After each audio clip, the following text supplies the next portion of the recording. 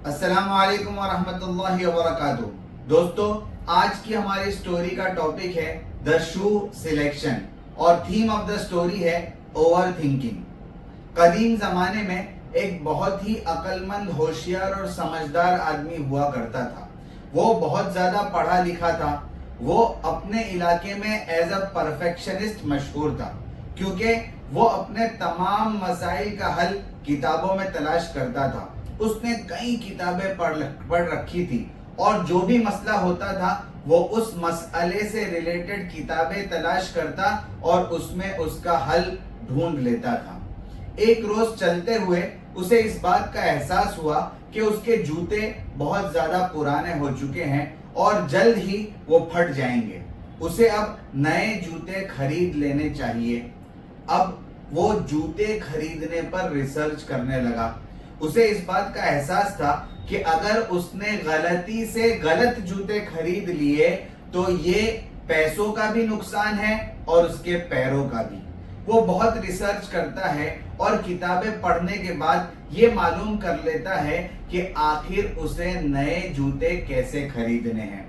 उसे रिसर्च करते हुए इस बात का भी पता चलता है कि बढ़ती उम्र के साथ आदमी के आज़ा की ग्रोथ भी रुक जाती है और उनके आज़ा की साइज फिक्स हो जाती है। तो अगर जो पुराने जूते उसने पहने हैं उसकी साइज फिक्स है तो उसे उसी साइज के नए जूते खरीदने चाहिए। अब वो अपने पुराने जूतों को एक स्टिक से मापता है और उस स्टिक को अपने जेब में रख लेता है कि जब भी वो जूते खरीदने जाएगा उस स्टिक के नाप के वो नए जूते खरीद लेगा। कुछ दिनों के बाद उसके जूते फट जाते हैं और उसे नंगे पैर दुकान पर नए जूते खरीदने जाना पड़ता है। बहुत तलाश करने के बाद उसे एक पेयर ऑफ शूज बहुत पसंद आते हैं। वो उसे निकालता है, उसे देखता है और अभी वो उनको खरीदने ही वाला था कि उसको इस बात का एहसास होता है कि रिसर्च करने के बाद जो स्टिक उसने अपने पुराने जूतों के नाप के लिए बनाई थी वो घर भूल गया है।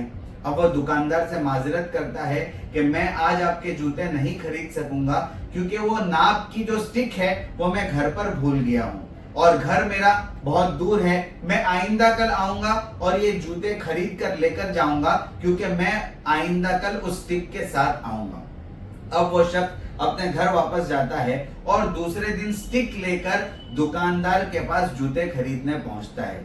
लेकिन अफसोस, वो देखता है कि गुज़िश्ता कल उसे जो जूते पसंद आए थे वो ऑलरेडी बिक चुके हैं। अब वो बहुत अफसोस करता है क्योंकि उसको दूसरे कोई जूते पूरी दुकान में पसंद नहीं आ रहे होते हैं। वो दुकानदार से अपना मसला बयान करता है और दुकानदार उसे कहता है कि तुमने गुज़िश्ता कल उन जूतों को क्यों नहीं खरीद लिया? तो वो कहता है कि मैं नाप की स्टिक घर भूल गया था।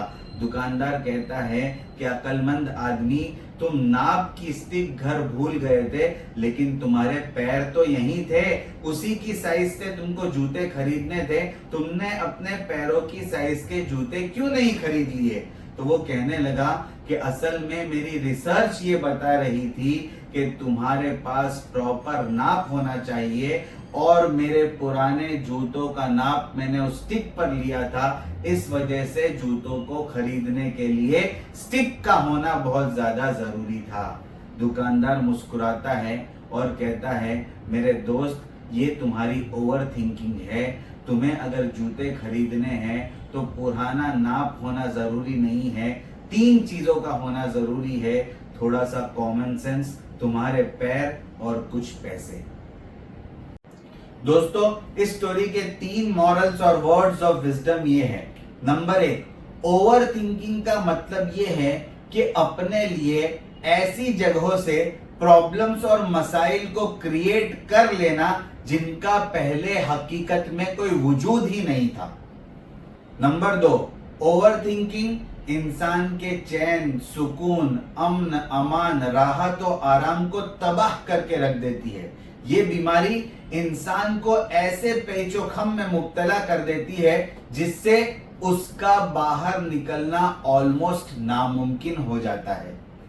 नंबर 3, अगर आप ओवर थिंकिंग से छुटकारा पाना चाहते हैं तो 3 बातों पर अमल करना शुरू कर दीजिए। नंबर 1, प्रेजेंट में रहना सीखिए, पास्ट और फ्यूचर को सोचना बंद कर दीजिए। नंबर 2, अपने पुराने थिंकिंग पैटर्न्स को ब्रेक करिए। नंबर 3, इस बात को अपने दिमाग में बिठा लीजिए कि हर काम में परफेक्ट होना ये एक मिथ है। दोस्तों, ओवर थिंकिंग के टॉपिक पर 3 अच्छी बुक्स के नाम, उनके ऑथर्स के नाम और पब्लिशिंग डेट ये है।